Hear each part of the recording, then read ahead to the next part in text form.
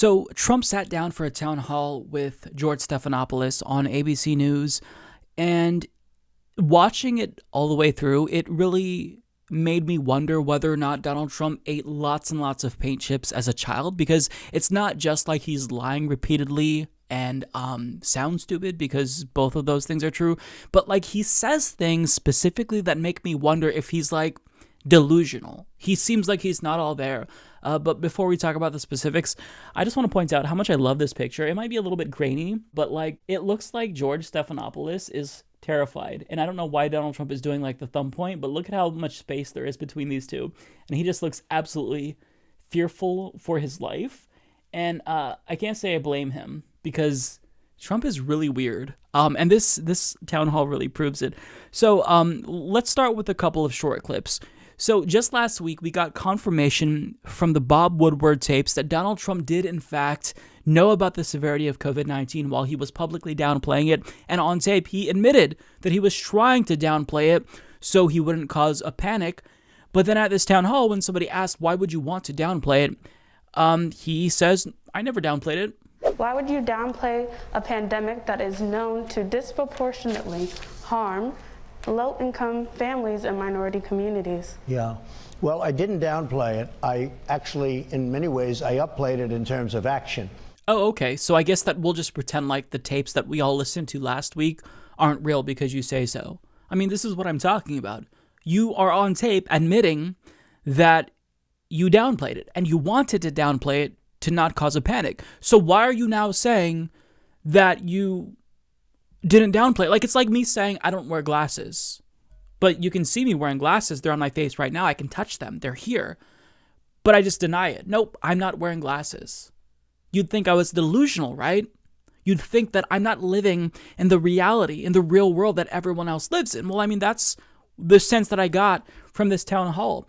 Now, Donald Trump was asked why he won't support a national mask mandate, and his response was incoherent, of course, but he ended up blaming Joe Biden for not instituting a nationwide mask mandate. Let me remind you, Joe Biden is not the president, but nonetheless, that didn't stop Donald Trump from blaming him, someone who currently doesn't have power, from not taking action. They said at the Democrat convention they're going to do a national mandate. They never did it because they've checked out and they didn't do it. And a good question is, you ask, like Joe Biden, they said, we're going to do a national mandate on masks. He's called on all governors to have them. It is a state responsibility. No, but he didn't do it. I mean, he never did it. Now, there is, by the way, a lot of people don't want to wear masks. There are a lot of people think the masks are not good. And there are a lot of people that, as an example, Who are those people? Well, I'll tell you who those people are. Waiters, they come over and they serve you and they have a mask. And I saw it the other day where they were serving me. And they're playing with a mask. I'm not blaming them. I'm just saying what happens. They're playing with a mask, so the mask is over, and they're touching it, and then they're touching the plate. That can't be good. So he literally is implying now that wearing a mask might actually be more dangerous. Great message to have the president send right now. And on top of that, he blames Joe Biden for not instituting a national mask mandate. What do you want Joe Biden to do? I mean, the RNC chairwoman just last week, Ronna McDaniel, also accused Joe Biden of bungling COVID-19 by saying something to the effect of, you can't run from your disastrous record. Donald Trump is the president right now. You are the one with power. So why would we expect Joe Biden to institute some sort of nationwide mask mandate? Do you expect him to try to sign it into law? What are you expecting? Like, the things that he says are fucking stupid. Like, you're not all there. Like, you had to have eaten a lot of paint chips as a child, or just like drank buckets and buckets of paint, because you are a very stupid person. And it's like, I can't just say, oh, he's lying. I can't say he's just stupid, because that doesn't necessarily suffice. Like, it goes deeper than that. Like, he's delusional. He is not all there. But if you think that was weird, him criticizing Joe Biden for not taking action on a mask mandate, listen to what he says about the military. Our military, when I came into this great office, our military was depleted. It was in the worst shape it was in probably ever. It was depleted. The planes were old and broken, the ships, everything. You see what I've done. I've rebuilt $2.5 trillion. And you think that was easy getting that money from Democrats? Because they don't like the military.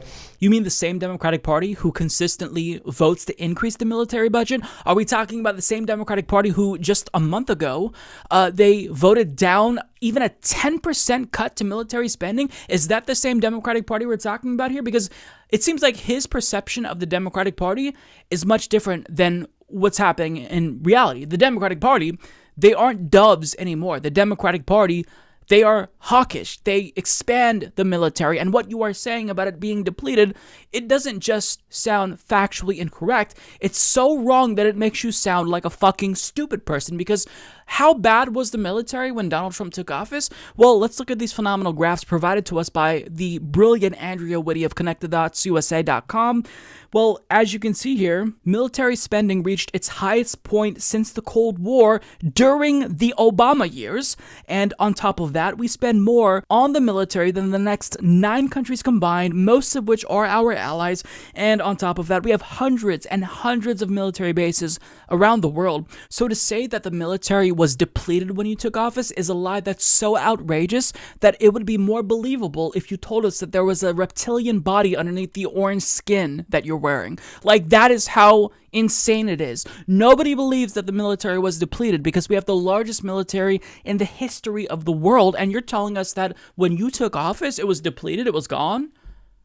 I mean, nobody believes this. Even Republicans do not believe this unless they are very stupid, but this is just, it's factually incorrect, and it's laughable at its face. But on top of that, healthcare came up. And of course, we know that he just nailed it, right?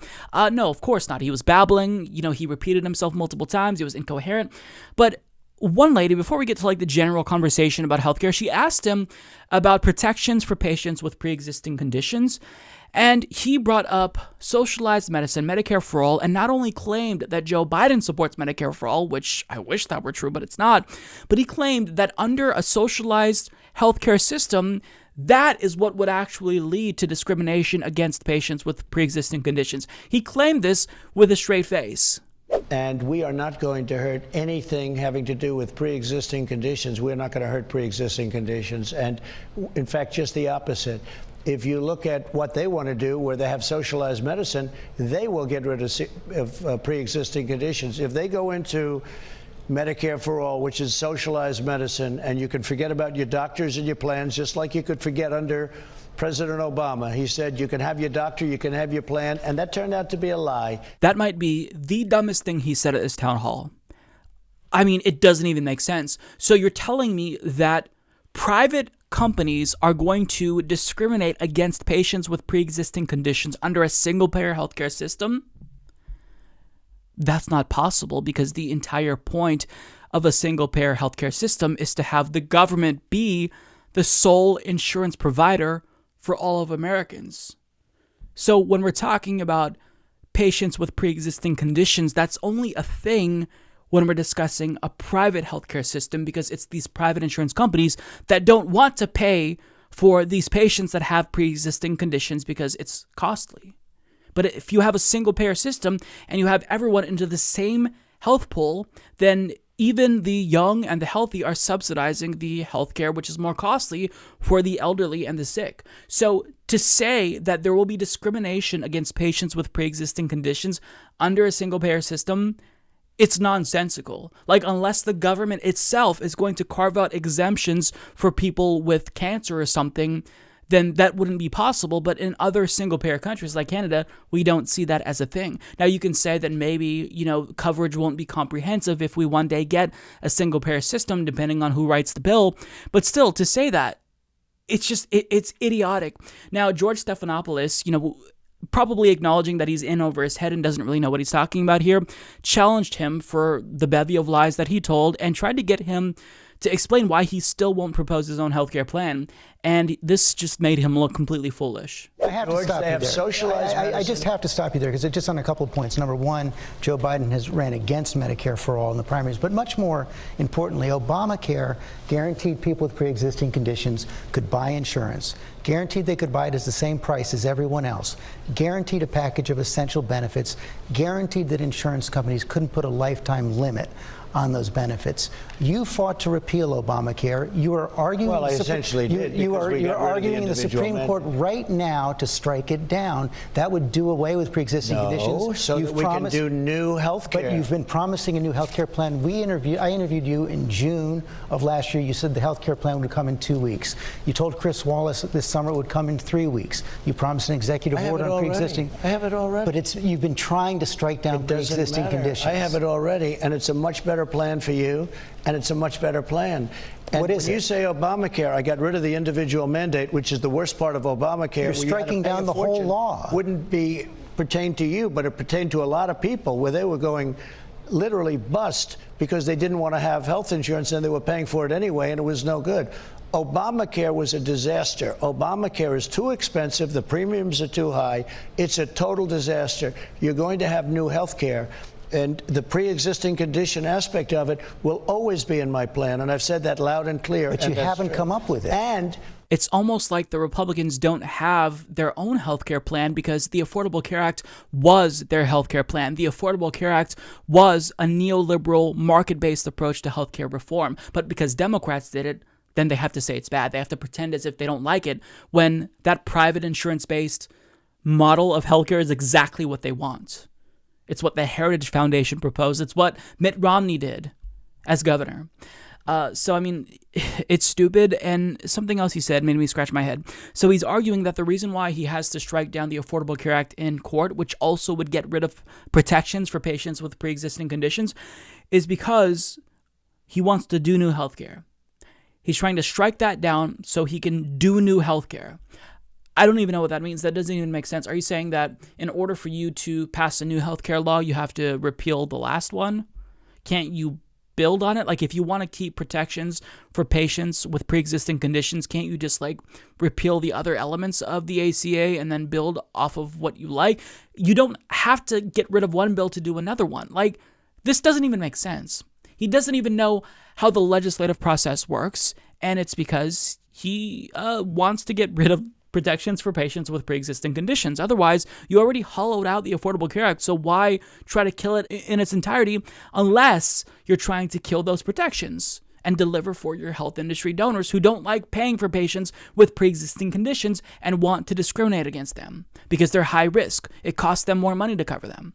On top of that, he says, I got rid of the individual mandate, which is the worst part of Obamacare. Again, if you are a neoliberal, if you're a capitalist like Donald Trump is, that doesn't make sense. Because in order to make the Affordable Care Act work, you need the individual mandate. That's the crux of it, right? That forces people to buy healthcare on the private market. There's nothing that insurance companies love more. If people are forced to buy insurance, that keeps costs down for everyone else in theory because it forces the young and the healthy to subsidize the healthcare of the old and the unhealthy. But when young people and healthy people don't buy healthcare and you get rid of that individual mandate, what happens? Prices go up because insurance companies don't make as much money and they have to cover people who tend to cost more money, who require more healthcare. And in order to recoup the profits that they're losing, health insurance companies raise the prices, hence why you force everyone to buy into it so it's cheaper all around. But without the individual mandate, the way that you get people to buy insurance who otherwise wouldn't, such as young people and healthy people, is you lure them in. You basically dangle some shitty, cheap plan over their heads and say, hey, this will provide you with basic care. Now, if there's a disaster, they're fucked.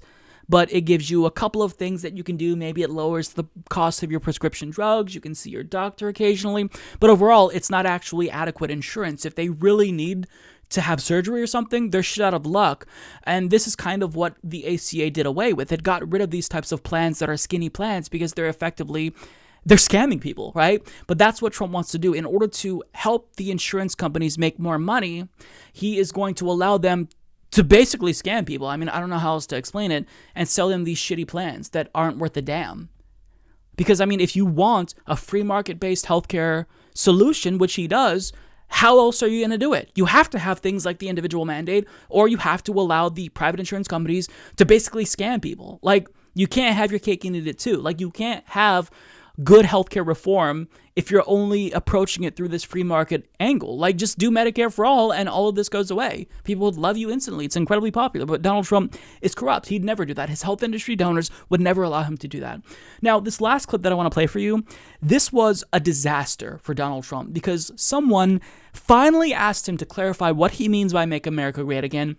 At what time was America great for Black Americans, for example? And he was stumped. He had no idea how to answer this, and it was honestly painful to watch. You've coined the phrase, make America great again. Right. When has America been great for African Americans in the ghetto of America? Are you aware of how tone deaf that comes off to African American community? Well, I can say this. We have tremendous African-American support. You've probably seen it in the polls. We're doing extremely well with African-American, Hispanic-American at levels that you've rarely seen a Republican have. If you talk about Make America Great, if you look at just prior to, and I'm talking about for the Black community, you look just prior to this horrible situation coming in from China, when the virus came in, that was probably the highest point, home ownership for the Black community. Home ownership, lower crime, the best jobs they've ever had, highest income, the best employment numbers they've ever had. If you go back and you want to look over many years, you could just go back 6 or 7 months from now. That was the best single moment in the history of the African American people in this country, I think, I would say. Well, I mean, your statement is, though, make it great again.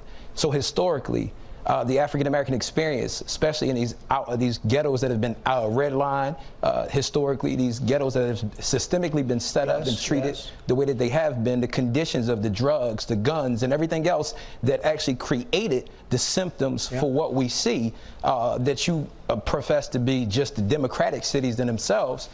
These things have historically been happening for African Americans in these ghettos, and we have not been seeing a change. Quite frankly, under your administration, under the Obama's administration, under the Bush, under the Clinton, the very same things happen, and the very same systems and cycles continue to ensue.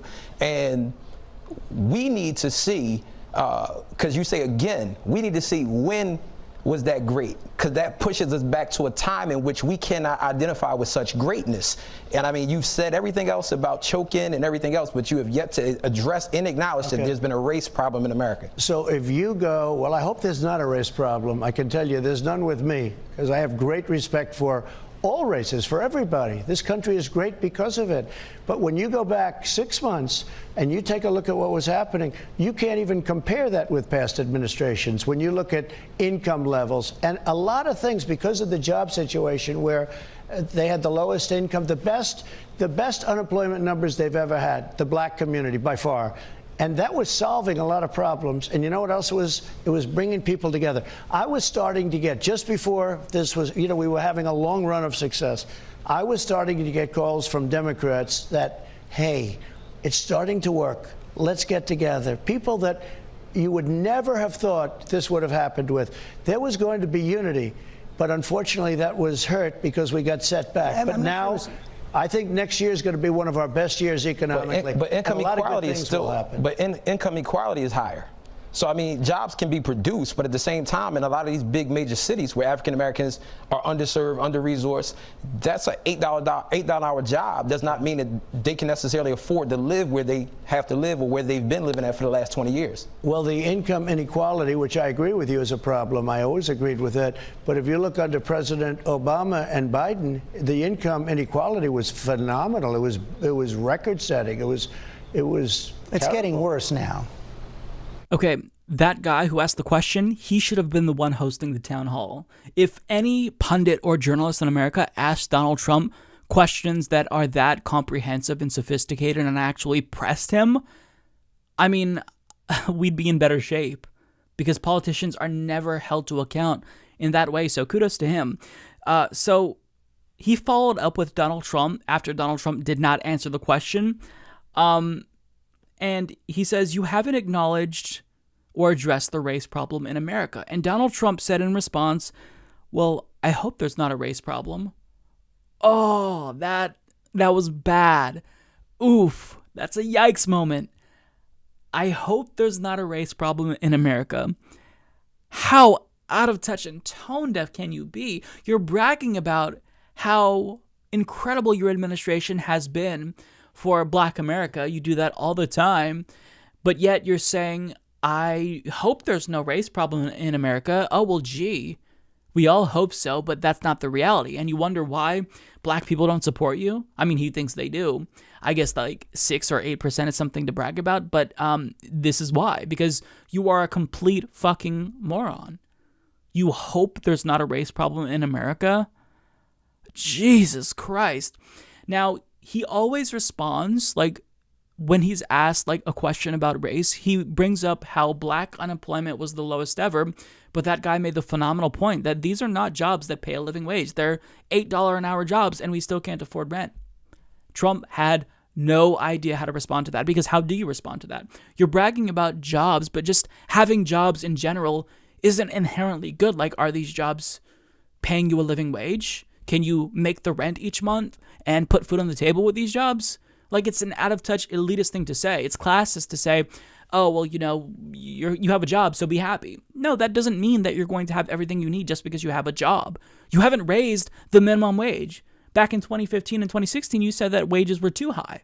So, I mean, just having a job in and of itself doesn't mean that your quality of life is going to improve. And I shouldn't have to explain this to Donald Trump, but he's an imbecile. He was born with a silver spoon in his mouth, so he has no idea what it's like to struggle. But he then says, but if you look under President Obama and Biden, the income inequality was phenomenal. It was record-setting. So I'm pretty sure that he misspoke and said the opposite of what he wanted to say, but it was phenomenal.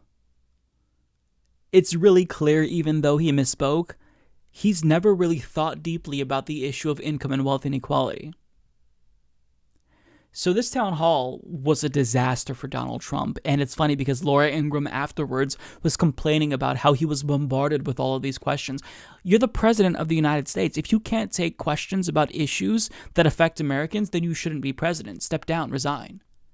But I mean, Donald Trump, he doesn't know, like, he's in over his head. He doesn't want to be president because he wants to help people. He wants to be president because he loves the power. He loves the attention. I don't ever believe he wanted to be president in the first place. Like, he launched his presidential bid in 2015, I think anyways, to launch a television career. There were reports that he didn't actually want to be president. So, I mean, like, you don't want to be the president, and you can see there because, you know, there's no intellectual curiosity there when it comes to any of these issues. He doesn't even know how to respond to these issues, and like, it's clear based on his answers to some of these issues that he hasn't even thought about these things for a second, like race in America, income inequality. It's embarrassing. This is the president of the United States, and we have so many issues that need to be addressed, so many crises that have to be addressed, and we have this dipshit who's president. It's like we live in the movie Idiocracy. Mike is the worst progressive on YouTube. Please don't subscribe to him or become a patron. David Dole is so much better. Trust me, folks, he's doing a great job. He really is, okay?